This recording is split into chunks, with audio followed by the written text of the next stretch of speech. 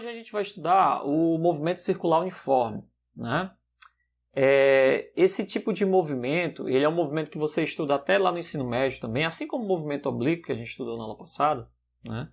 Só que nós vamos introduzir aqui as ideias de vetores, né? E também as ideias de derivadas, né? Então a gente vai estudar o movimento circular uniforme, tá bom? De uma forma mais aprofundada, de tal forma que a gente inclua tanto os conceitos de vetores que a gente aprendeu, né? Como os conceitos de derivada também, né? Então, o que é basicamente o movimento circular uniforme? Por definição, né, é o movimento, tá bom, de uma partícula em torno de uma circunferência. Ela executa a trajetória, né, de uma circunferência. E algumas características importantes dessa circunferência é a seguinte: o raio, né, da trajetória, né, é constante. Então, eu vou chamar aqui esse raio, que é o raio da trajetória, tá bom? De R. E esse raio, né, é uma constante. Então, basicamente, o que a gente tem? A gente tem uma partícula, né, que executa, tá certo? Uma circunferência aqui de raio R, certo? E essa partícula ela anda em cima dessa circunferência. Então, ela vai percorrer o movimento aqui. Vou colocar essa partícula azul aqui como representante da partícula, né, esse pontinho azul. E ela executa esse movimento. Então, ela vai andando com uma velocidade aqui v, né, que será sempre tangente à trajetória. Como a gente já discutiu aqui algumas vezes sobre velocidade, né, que é uma tangente, né, em relação à trajetória, né? Então, se a trajetória é circular, a velocidade está sempre tangente à trajetória, né? Então, isso aí se trata do movimento circular uniforme. Agora, para ele ser chamado de uniforme, né, a gente chama de MCU, que é o movimento circular uniforme. Para ele ser chamado de uniforme, é preciso que o módulo dessa velocidade seja constante. Tá bom? Isso significa que ele nem acelera, né, ao longo da circunferência, ele não aumenta o valor da sua velocidade e nem diminui. Tá certo? Como a velocidade é constante, né, perceba que ele percorre, né, qual é o caminho que ele vai percorrer? O caminho total é justamente o comprimento da circunferência.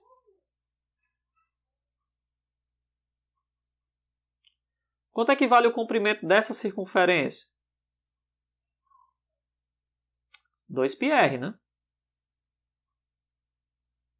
Tá bom? Então perceba o seguinte, ó. Se ele percorre um comprimento de 2πr com uma velocidade constante, a gente consegue calcular o que a gente chama de período, né? O que é o período? É o tempo que ele leva, né, para executar um ciclo completo. Então, o tempo que leva a partícula, né,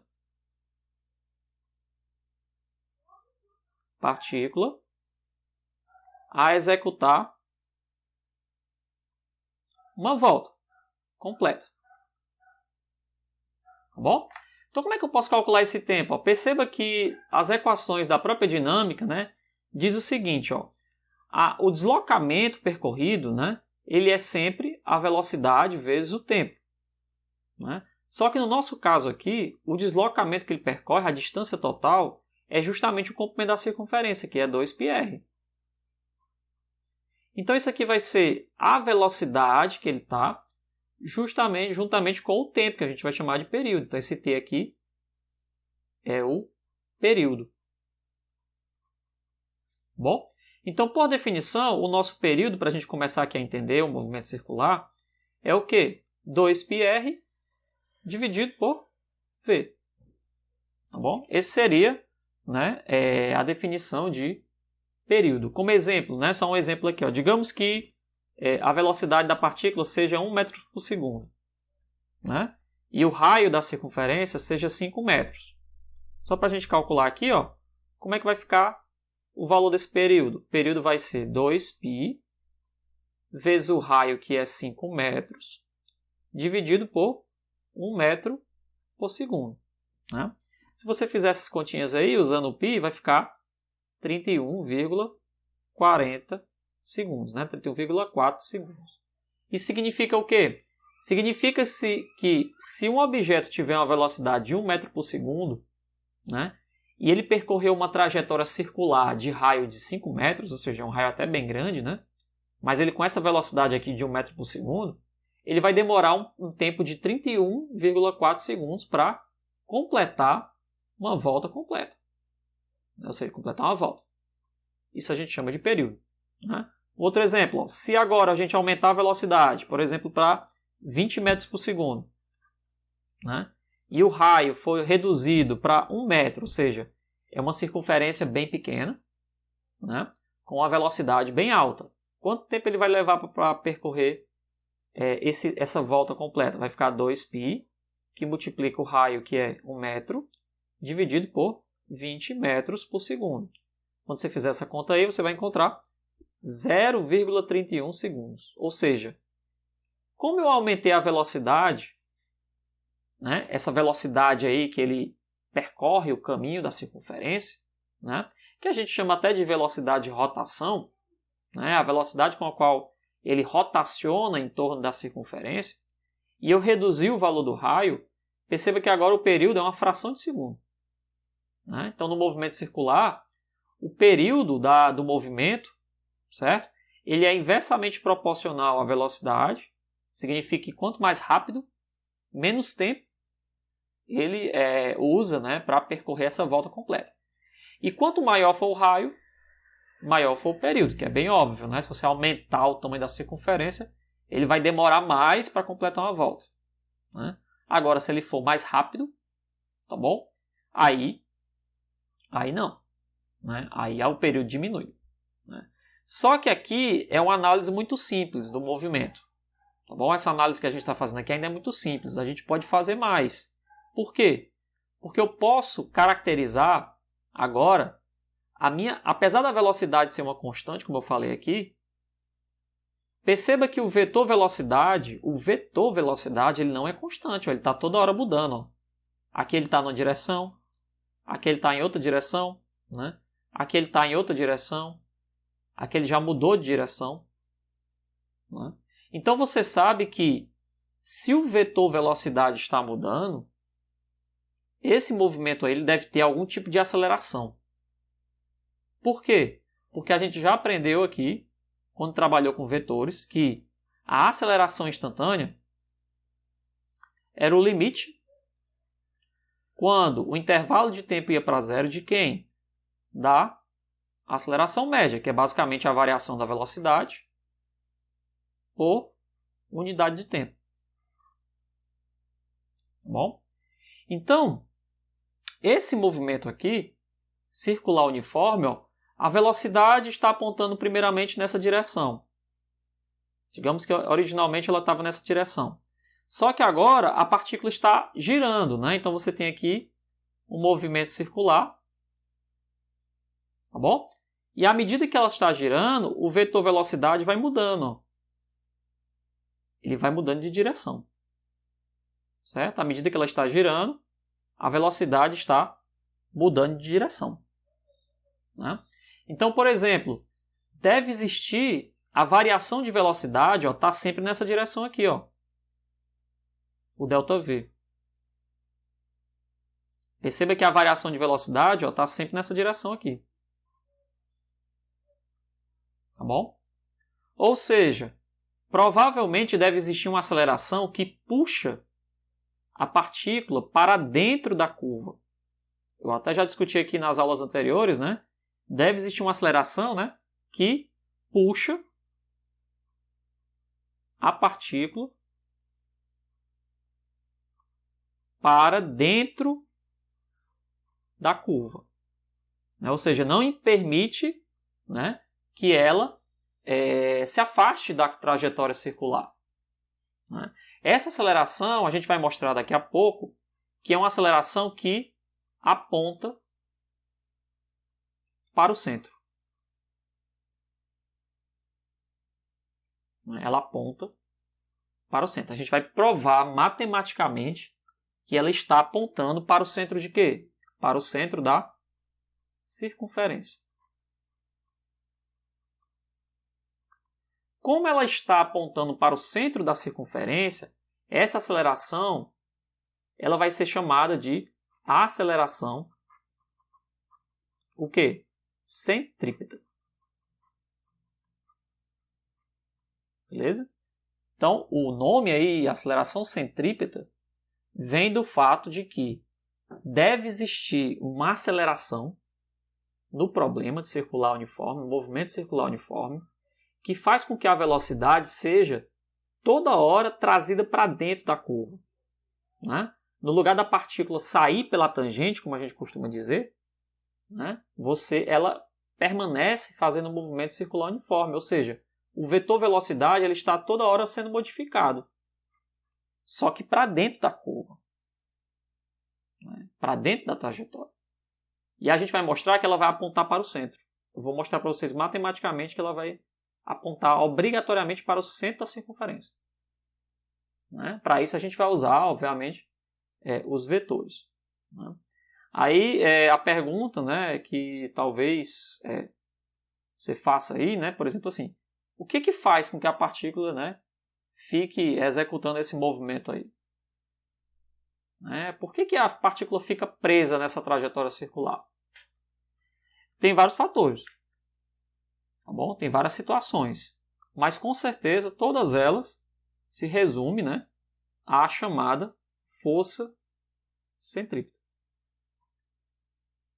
A gente não vai falar agora de força, mas já saiba de antemão de que quem produz essa aceleração, quem puxa a partícula para dentro, é a chamada força centrípeta. Da mesma forma que existe essa aceleração centrípeta, vai existir uma força que traz a partícula de volta para dentro da trajetória. Porque se você perdesse, de uma hora para outra, perdesse essa força, né, a partícula sairia pela tangente. Ela sairia deslizando pela tangente. Né? É como, por exemplo, o carro está fazendo uma curva, né? Aí o que acontece? Se aquela curva tiver com óleo, né, ou tiver com muita areia, né, se você tiver com o chão assim um pouco mais liso, né, molhado, provavelmente, se você fizer uma curva muito rápido, né, o carro não vai aguentar fazer a curva. As rodas, né, o pneu do carro não vai aguentar e aí você sai da pista. Ocasiona um acidente. Então, quando o cara está dirigindo em alta velocidade, na chuva, ou tem muita areia na curva, né? Ou tem óleo, enfim, alguma coisa que reduza o atrito, né, a aderência, o carro sai pela tangente. Por quê? Porque perdeu, né, esse contato com o solo. Né? Então, numa curva, quem é o responsável por deixar o carro na curva é o atrito. Lá na frente a gente vai ver que o atrito, né, numa curva, funciona como força centrípeta. O atrito traz o carro de volta, né, para dentro da curva. Se não existisse atrito, nenhum carro conseguiria fazer curva. Nenhum. Certo? Não existisse. Se você tentasse fazer uma curva numa pista sem atrito, era impossível. Você não conseguiria fazer a curva. O carro sairia pela tangente. Bom? Da mesma forma, se você tiver segurando, coloca uma pedrinha, né, amarra no fio. Tá bom? Aí o que acontece? Você pega essa pedrinha aqui, né, digamos que você pegou essa pedrinha, amarrou no fio, né, e aí começa a colocar essa pedrinha para girar. Você consegue fazer a pedrinha ficar girando toda hora aí em torno de você, né? Se você quiser, você coloca ela para girar no movimento circular sem problema. Só que a partir do momento que você corta o fio, né, se alguém chegar e cortar o fio aí que você estava segurando, essa pedra, né, ela sai aqui pela tangente, né? Ela vai embora. Tá bom? Por quê? Porque quem segurava a pedrinha, né, na trajetória circular era o que a gente chama de tração. A tração ela funcionava, né, como força centrípeta. É um tipo de força que existe, né? A gente vai discutir mais na frente isso daí, a parte de força. né, que segura a pedrinha na trajetória circular. Só que como alguém foi lá e cortou, né? Cortou aqui o fio, né? Aí a pedrinha foi embora. Né? Foi embora com o resto de fio e tudo. Tá bom? Então, por quê? Porque não existia mais a aceleração para trazer ela de volta. Né? Não existia mais a força. Então aqui é só uma ideia para a gente entender que, com certeza, nesse problema de circular uniforme, existe uma aceleração. Mesmo que o módulo da velocidade seja constante, né, que eu vou chamar aqui de V, e é uma constante, tá bom? Mas o vetor não é constante. Ele está toda hora mudando de direção. Né? E quem é que muda a direção do vetor? A aceleração. E quem produz a aceleração, a gente vai ver que é força. Né? Então essa é a sequência para você entender o movimento circular uniforme. A partícula ela só consegue ficar girando todo o tempo, certo? Sem mudar aí a sua trajetória se a velocidade for constante. Mas o vetor velocidade, ele não é constante. Tem que alguém, né, alguma entidade aí, fazer com que a partícula fique todo o tempo na trajetória. Quem faz isso? Aceleração. E quem produz aceleração? Força. Né? Mas todo tipo de força que você imaginar, tração, atrito, né? Força elástica, força gravitacional, todo mundo aí pode ser, de alguma forma, um tipo de força centrípeta. Né? Porque todas elas são responsáveis por manter, né, a partícula girando. Né? Na física não existe essa força centrípeta, ela não é uma força fundamental da natureza. Né? Mas qualquer tipo de força pode sim ser um tipo de força centrípeta. Tração existe. Tração é uma força da natureza, é a força que um fio faz, né? Que qualquer objeto, quando tensionado, ele faz uma tração. Né? Um elástico faz uma tração. A força elástica, né, que vem das molas, vem dos elásticos, né? A força de atrito, que é uma força de contato. Tá bom? Força peso, que é a força gravitacional. Todas elas são forças fundamentais da natureza. Tá bom? São consideradas forças fundamentais aqui da mecânica. Né? Na natureza é uma discussão um pouco mais embaixo, né? Mais aprofundada ainda. Né? Mas são forças básicas da mecânica. Né? Atrito, tração, né? Peso. Tá bom? O que mais? Força elástica. Né? Aí você pode incluir força elétrica, depois força magnética. Tudo isso aí é um tipo de força, né? E todas elas podem ser forças centrípetas. Basta que ela seja responsável por manter o objeto, né, na trajetória, girando. Tá bom? Vamos mostrar aqui esse movimento aqui agora. Vamos mostrar matematicamente que ele pode ser descrito, né, por uma aceleração. Então eu vou pegar aqui, desenhar aqui bem grande uma circunferência, né? Ainda bem que o programa aqui vai ajustar a minha circunferência. Pronto, ficou bonitinho aí. Vamos lá. Vou desenhar aqui os eixos. Y. Então, desenhar um X. Eu vou colocar aqui a partícula para girar. Aqui é a minha partícula. Ela tem a velocidade nessa direção aqui. O vetor velocidade está nessa direção. E eu vou identificar agora o vetor posição, né, como sendo um vetor que liga o centro da circunferência, né, que eu vou chamar aqui de C, né, até a posição da partícula. Né? Então, esse aqui é o nosso R, P, vai ser o quê? O vetor posição da partícula. Né? Eu vou começar a fazer umas continhas aqui para mostrar matematicamente para vocês que é possível calcular a velocidade do movimento, né? E é possível calcular a aceleração. E é possível mostrar que existe uma relação entre a aceleração centrípeta, né, e a velocidade com a qual ele está girando, né? E mais ainda, é possível mostrar que a aceleração, né, como a gente vai discutir daqui a pouco, ela está apontando, né, na direção contrária ao vetor posição. Então eu vou mostrar mais lá à frente, ó, que o vetor posição vai estar apontando nessa direção e a aceleração vai estar obrigatoriamente na direção contrária.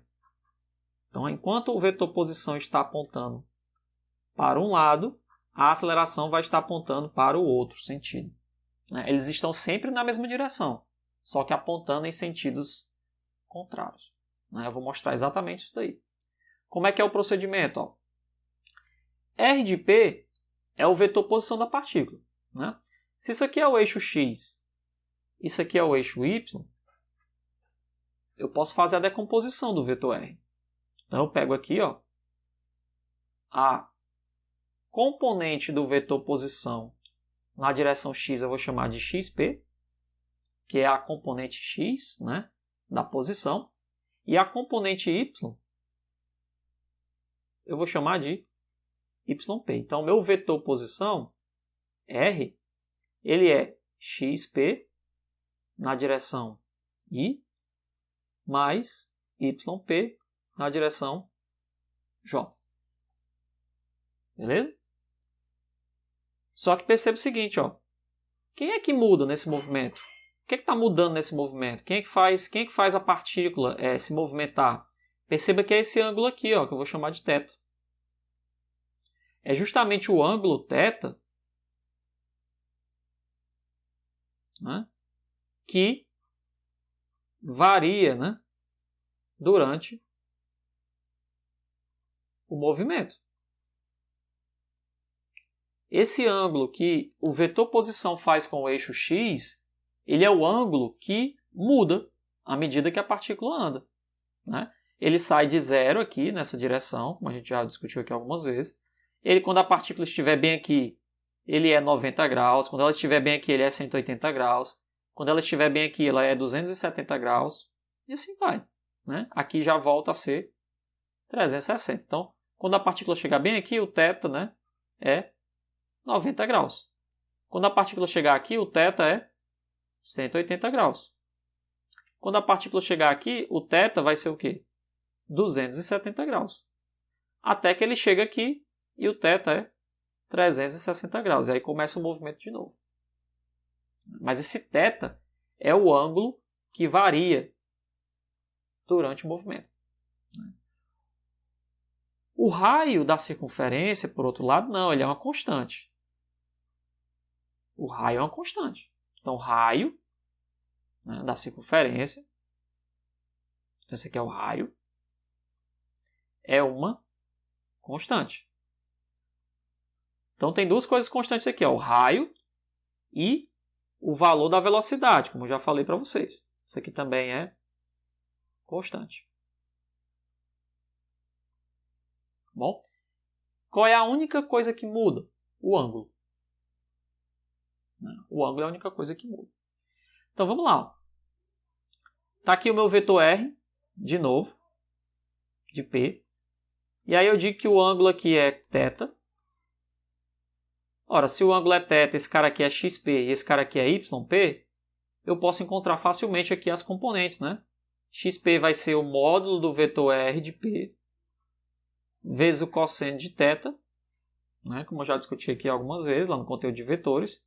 E o Y é R de P seno de θ.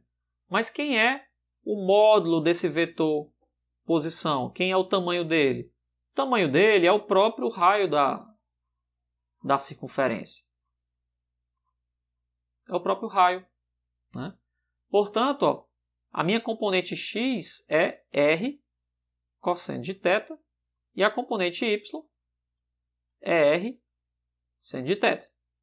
Então eu escrevo a minha posição da partícula como sendo R cosseno de θ na direção I, mais R seno de θ na direção J. Tá bom? Dessa forma que eu escrevo, né, o vetor posição. E novamente, quem é que está mudando? Quem é que está variando? Quem está variando, ó, é o ângulo θ. É a única coisa que varia aqui durante o movimento. Aí olhando para esse gráfico aqui, ó, aí vem a parte mais difícil. Como é que eu posso escrever a velocidade em termos do ângulo? Essa parte aqui vocês precisam prestar bem atenção. Ó. Esse ângulo aqui é o ângulo θ. Né? Esse ângulo bem aqui, ó, também é θ. Por quê? Porque eles são ângulos, né, que a gente chama lá na geometria de alternos internos. Né? Então, quando você tem um ângulo, basicamente, um ângulo é assim. Aí aqui é paralelo e esse outro cara aqui é paralelo. Né? Então, esse ângulo aqui sendo θ, esse cara aqui também é θ. A gente chama de ângulos alternos internos. Né? Lá na geometria. São ângulos iguais. Tá bom? Aí, ó, se esse ângulo aí é alterno interno dele, ó, vamos tentar adivinhar como que eu posso decompor o vetor velocidade. Né? Por quê? Esse ângulo aqui é θ. Né? Só que a velocidade ela é tangente, né, à circunferência. Ou seja, é perpendicular ao vetor posição. Tá bom? A velocidade aqui, o vetor velocidade, ele é sempre perpendicular ao vetor posição. Por quê? Porque V é tangente à trajetória.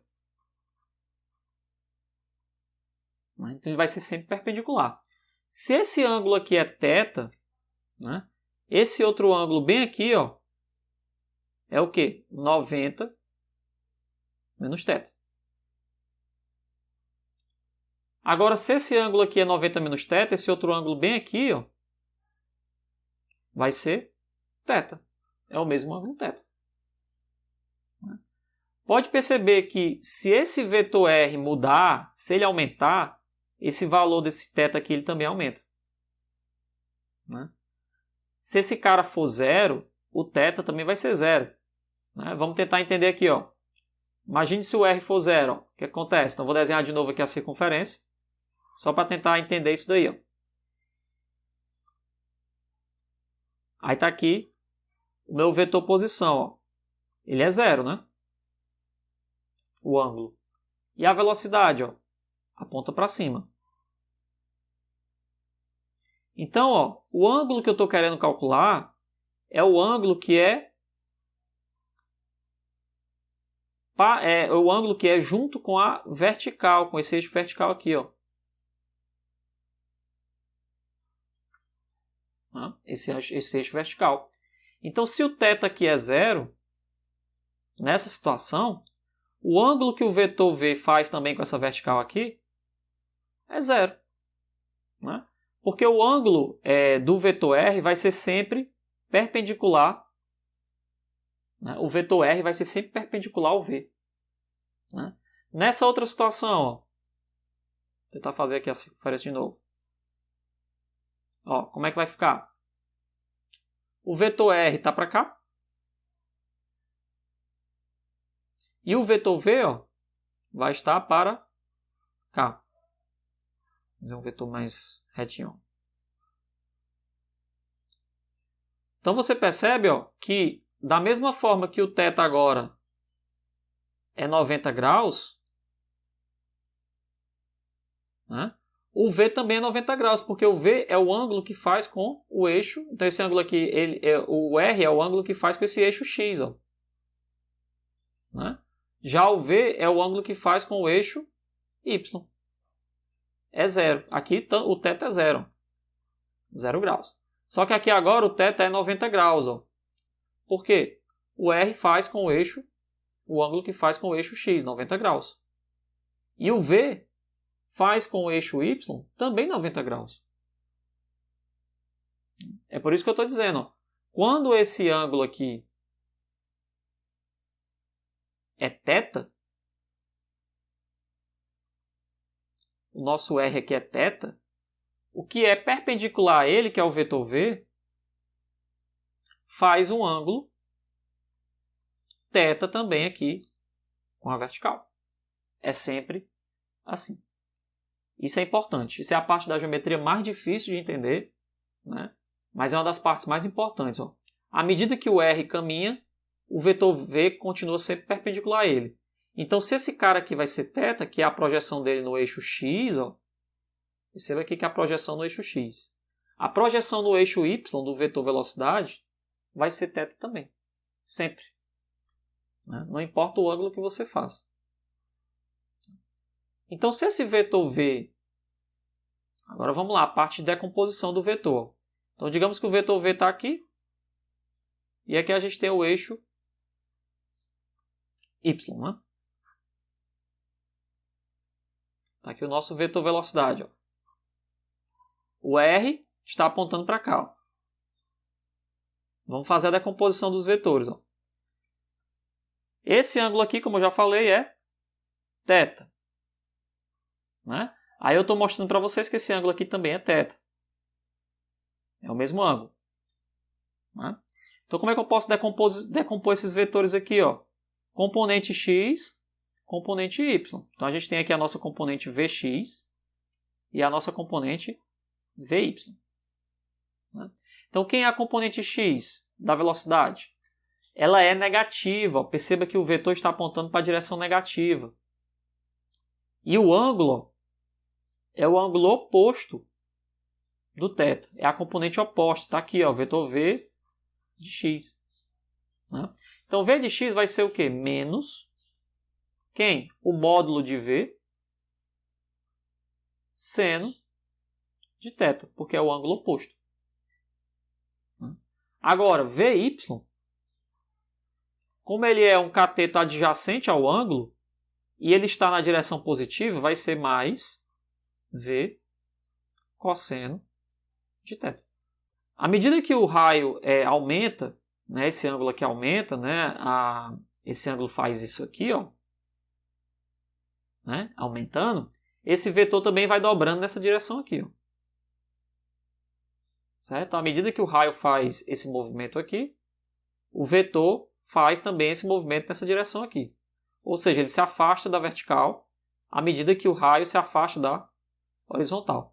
Então, esse ângulo aqui, eles são ângulos equivalentes. Ó. Esse cara aqui é equivalente a esse rapaz aqui. Aí, na hora de fazer a decomposição, como é que fica? Ó? Perceba que o vetor V ele está apontando, né, na direção negativa do x. Ó. O eixo x está para cá.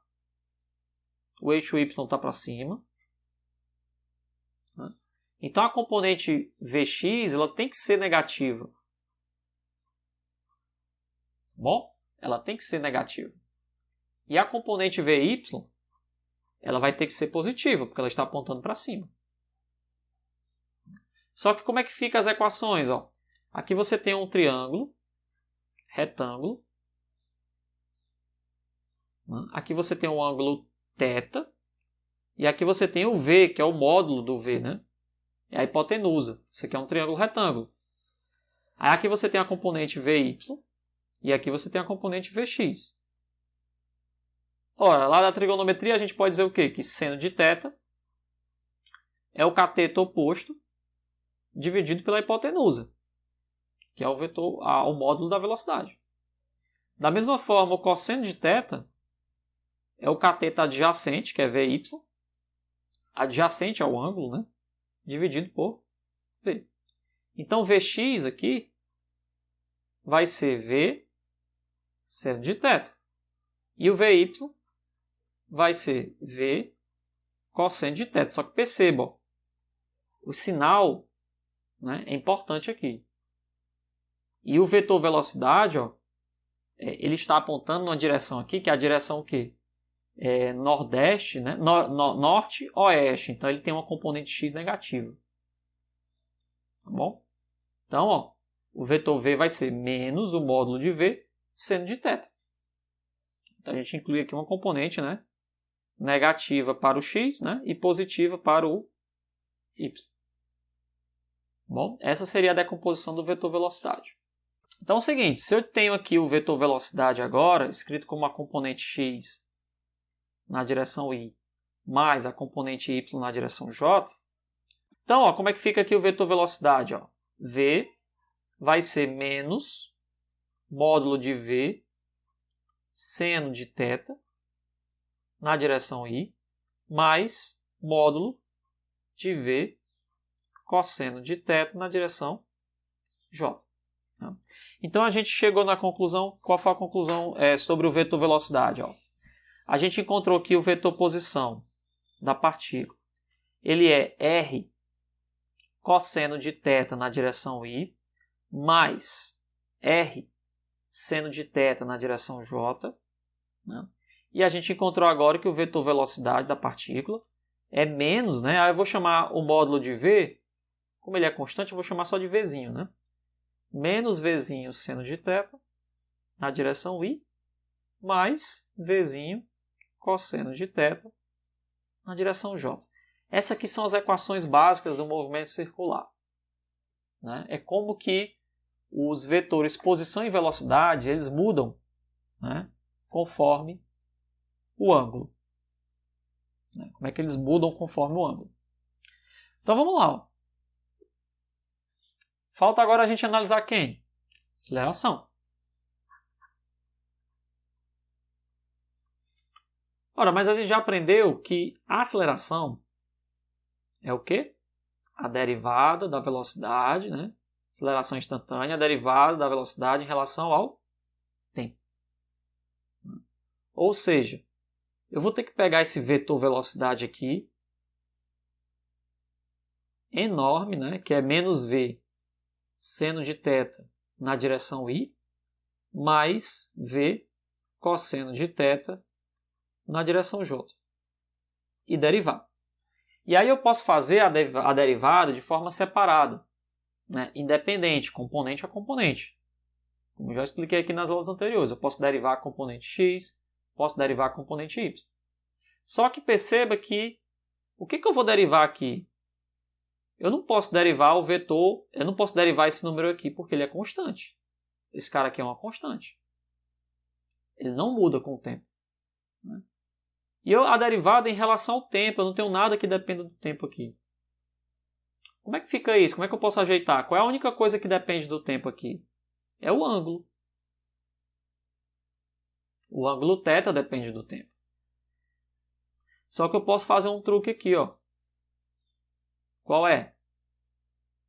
Quem é seno de θ?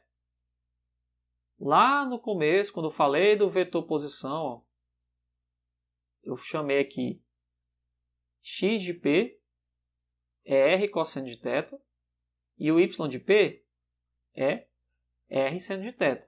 Então, ó, eu posso dizer o seguinte, ó, a componente x do vetor posição é rzão cosseno de θ. E a componente y do vetor posição é rzão seno de θ. Então daqui eu posso tirar o seguinte, ó, que cosseno de θ é a minha componente x dividido pelo raio da circunferência. Da mesma forma, seno de θ é y dividido pelo raio da circunferência. E é justamente essas duas brincadeiras aqui que eu vou jogar aqui nessa expressão. Essa aqui e essa aqui. Tá bom? Porque no lugar de eu derivar o ângulo, né, eu posso derivar o ângulo? Posso, lá na frente. Né, quando a gente estiver tratando de rotações, né, aí já é no curso de Física 1. Né, quando vocês forem ouvir falar sobre rotações, né, aí você vai poder derivar o ângulo. É possível derivar um ângulo? Vai dar origem, né, ao que a gente chama de velocidade angular. Né, mas a gente não vai tratar de velocidade angular agora aqui não precisa. Né. Basta você entender o seguinte, ó, que esse ângulo ele pode ser encontrado como função, né, da componente x e esse ângulo aqui pode ser encontrado como função da componente y. E aí eu jogo na equação. Aí fica assim, ó. Olha como fica interessante, ó. Aceleração, derivada em relação ao tempo de quem? Menos v.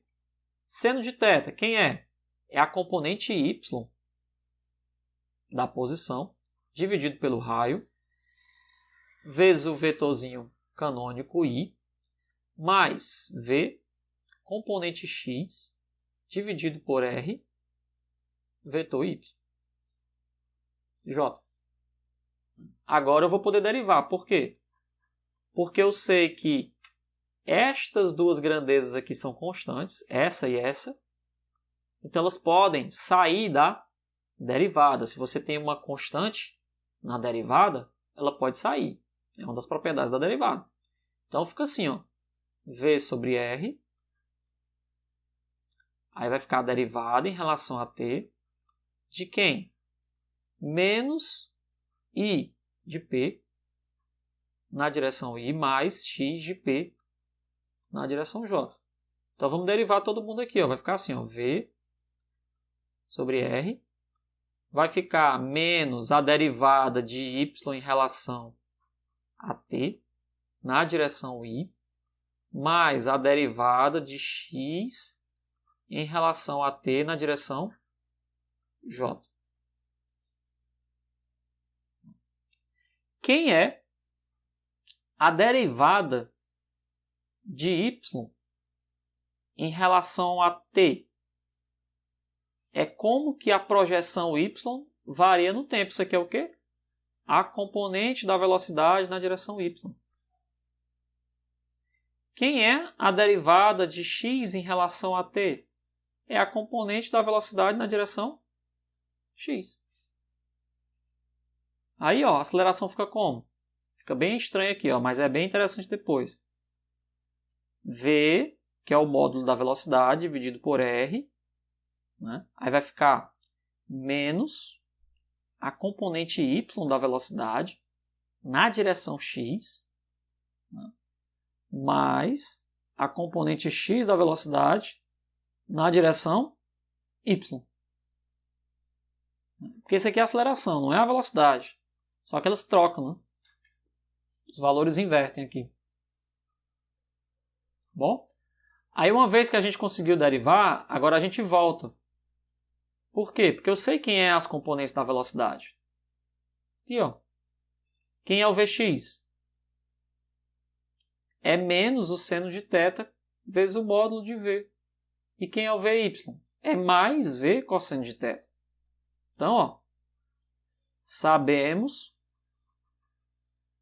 que Vx é o negativo do V cosseno de θ, seno de θ, né? Vamos ver aqui. Vx seno de θ, exatamente.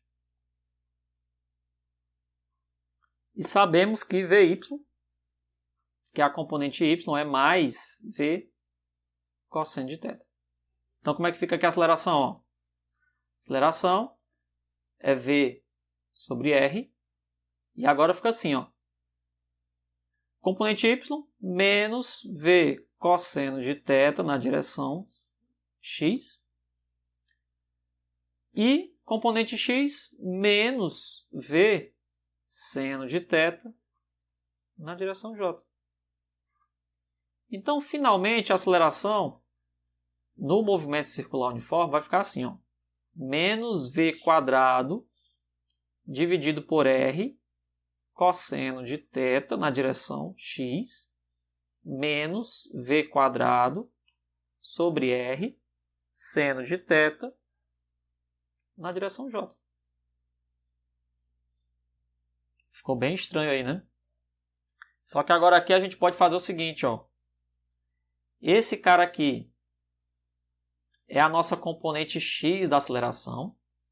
E esse cara aqui é a nossa componente y da aceleração. E eu sei que para qualquer vetor, né, qualquer vetor A que você possa imaginar, a gente aprendeu lá no conteúdo de vetores, o módulo dele é o quê? a raiz quadrada de ax ao quadrado mais ay ao quadrado. É assim que a gente calcula o módulo. Então, ó, o módulo dessa aceleração vai ficar quem? Raiz quadrada de ax quadrado mais ay ao quadrado. Fica como aqui, ó, raiz quadrada. Olha só. O ax é negativo, né? Então esse negativo com a ao quadrado vai ficar positivo, vai ficar v à quarta potência, né? V ao quadrado é v à quarta potência, dividido por r ao quadrado cosseno ao quadrado. Mais, componente y agora, v elevado à quarta potência, r ao quadrado, que é o raio da circunferência, seno ao quadrado. Então a gente tem o seguinte, ó, o módulo dessa aceleração do movimento circular vai ser a raiz quadrada. Aí eu vou colocar esse v à quarta potência sobre R2 em evidência. E vai ficar assim, ó, cosseno ao quadrado mais seno quadrado de θ. Ora, isso aqui é uma identidade trigonométrica.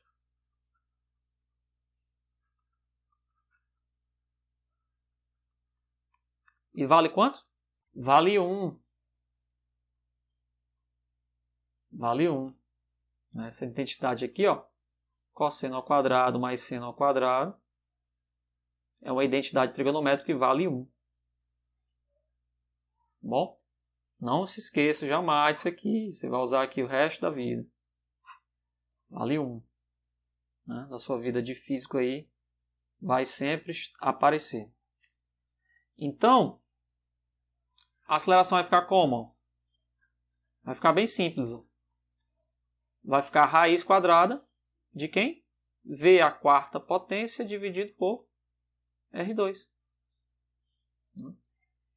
Ora, então a gente chega na famosa equação da aceleração centrípeta, né? Porque o módulo do A vai ficar raiz de V à quarta, V ao quadrado, dividido por R. Né? Isso aqui a gente chama de aceleração centrípeta. E a gente encontra a equaçãozinha aqui que governa, né, o movimento circular uniforme.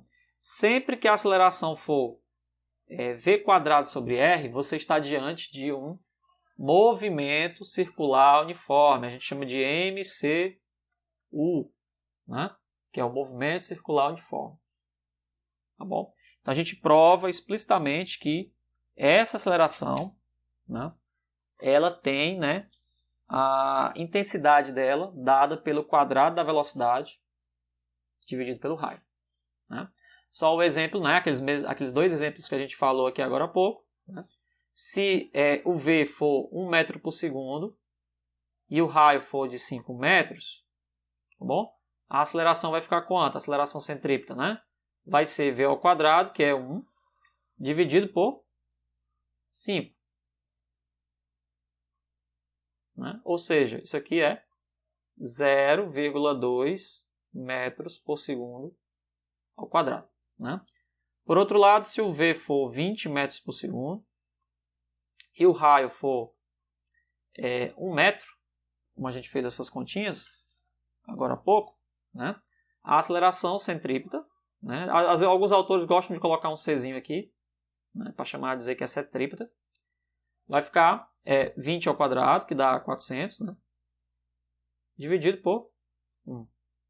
Então vai ficar uma aceleração aqui de 400 metros por segundo ao quadrado. Esse é o módulo da aceleração centrípeta. Então perceba que quanto mais veloz a partícula estiver e menor for o raio, mais rápido aqui é a aceleração. Né? É a taxa de variação do vetor velocidade. Não é que a partícula está acelerando ao torno da circunferência. Ela está apenas, né, girando com uma rapidez maior e mudando o vetor velocidade com intensidade maior. A variação do vetor velocidade é a aceleração. Bom, Agora a gente vai mostrar a principal característica, né, dessa aceleração centrípeta, que ela é na direção do centro. E aí a gente vai precisar mostrar o vetor, vai precisar pegar o vetor aqui de novo. Ó. Vou trazer esse vetor aqui para cá. Esse rapazinho aqui. Vamos trazer esse vetor para cá. Né? A gente mostrou que isso aqui é a componente x, né? Então, vamos mostrar agora que a aceleração ela está na direção contrária ao vetor r. Então, o vetor r está para cá, ele é a posição da partícula, e eu vou mostrar que a aceleração está na direção contrária. Como é que é isso? Aqui a gente vai fazer um truque. Qual é o truque? Eu vou multiplicar em cima e embaixo essa equação pelo raio. Então, eu vou multiplicar pelo raio aqui e pelo raio aqui. Eu vou pegar aqui a aceleração como um todo e multiplicar pelo raio em cima e multiplicar pelo raio embaixo. Vai mudar alguma coisa? Não, porque raio sobre raio é 1. Não muda nada. Quando eu faço esse truque aí, vai ficar assim. Ó. Aceleração é igual a menos v ao quadrado vezes o raio dividido pelo raio ao quadrado. Cosseno de θ na direção i menos v ao quadrado vezes o raio dividido pelo raio ao quadrado, que já tinha um raio embaixo, né? Seno de θ vezes o j. Só que perceba o seguinte, ó. Esse rapaz aqui, v ao quadrado sobre r2, ele aparece nos dois termos. Né? E o sinal negativo também. Tá bom? Então eu posso colocar todo mundo em evidência. Vai ficar assim, ó, a aceleração é igual a um sinal negativo, que aparece nos dois casos, v ao quadrado sobre r2, que também aparece, e aí eu vou colocar em evidência todo mundo. Ó. Vai sobrar só quem? R cosseno de θ na direção i, mais... Por que ficou mais? Porque eu coloquei o sinal negativo em evidência. R seno de θ na direção j. Aí, ó, quem é esse rapaz aqui? Se você voltar lá no começo das nossas continhas, tá aqui, ó. É o vetor posição. R cosseno de θ na direção i mais R seno de θ na direção j. É exatamente o vetor posição. Então esse cara aqui, ó, é exatamente o vetor posição. Então, vai ficar assim, ó, aceleração é igual a menos o módulo da velocidade ao quadrado dividido por r ao quadrado. Tudo isso, o vetor posição. Olha que equação interessante, ó. Olha que equação interessante, porque isso aqui é uma constante. São constantes do movimento. Constante. Então, eu estou mostrando que o vetor, a aceleração, é o negativo de quem? Negativo de um número qualquer, uma constante, que multiplica, né, o vetor posição. Tá certo? Então, na verdade, perceba que a aceleração ela é paralela ao vetor posição. Só que é na direção contrária. Por quê? Porque tem um sinal negativo aqui, ó. Ele está na mesma direção do vetor posição, só que com, né, a direção contrária. É como se eu encontrasse uma relação matemática assim, ó. A é igual a menos 5b. O que isso significaria? Significaria que o A está numa direção. Está aqui. Só que o B, ó, 5 vezes o B é que é o A. Então o B seria 5 vezes menor, só que na direção contrária. Ó. Ele seria 5 vezes menor do que o valor do vetor A. Né? Digamos que aqui pegue 5 vezes o vetor A. Né? Seria 5 vezes menor. A mesma coisa acontece com a aceleração. Como tem esse valor negativo aqui e tem uma constante, né? Isso aqui é uma constante, a gente mostra explicitamente que o vetor R está na direção para qualquer que seja o ângulo e a aceleração está na direção contrária. Daqui por isso que a gente chama isso aqui de aceleração centrípeta. Por quê? Porque ela está sempre apontando para o centro da circunferência. Bom, é por isso que a gente chama de aceleração centrípeta. Então, através dessa equaçãozinha aqui, a gente mostra, né, de forma direta que a aceleração aponta para o centro. E aí você sempre vai ter o quê? Né? Sempre que... Vamos desenhar aqui o vetor, agora um movimento circular. Né? Aqui um círculo. Pronto. O que acontece?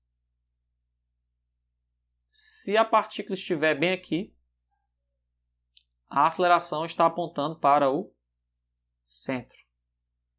Né? Se a partícula estiver bem aqui, a aceleração está apontando sempre para o centro. Tá bom? Não importa a direção. Se você tiver o vetor R nessa direção, com esse ângulo θ aqui, né, a aceleração está sempre na direção contrária. Se você tiver o vetor R apontando para cá, com esse ângulo aqui, a aceleração está apontando para o centro. Por isso que o nome é aceleração centrípeta. Ela aponta sempre para o centro. Não importa onde a partícula esteja, ela vai apontar sempre para o centro da circunferência.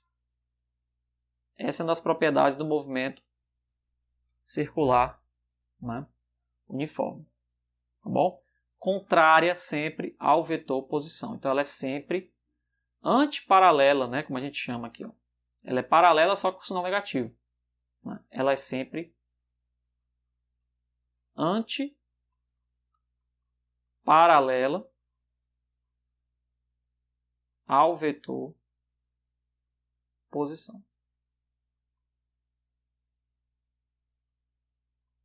Bom, sempre será antiparalelo. Isso aqui é uma característica do movimento circular uniforme. Se a aceleração não estiver na direção contrária da posição, tá bom? Já é um indicativo de que você não tem um movimento circular uniforme. Você pode ter uma curva, sem problema. Né? Mas o movimento circular uniforme não. Tá bom? O movimento circular uniforme não. Certo? Então, isso aqui é o que a gente pode, né, tirar do movimento circular uniforme. Tá bom? É o máximo que a gente pode explorar por enquanto. Lógico que lá na frente a gente vai entender que essa aceleração, quem é responsável por ela é uma força, como eu já falei aqui no começo da aula. Né? E a gente vai chamar essa força de força centrípeta. Tá bom? Porque ela está apontando para o centro também sempre. Né? E mais lá na frente ainda, quando a gente for falar de rotação, né? Quando você for ver lá no curso de Física 1, rotação, aí você vai conseguir definir aqui uma coisa chamada de velocidade angular. Angular, que é a velocidade com a qual o ângulo varia, esse rapaz aqui. Mas aí só lá no conteúdo de rotação. Tá bom? Então, é isso, pessoal.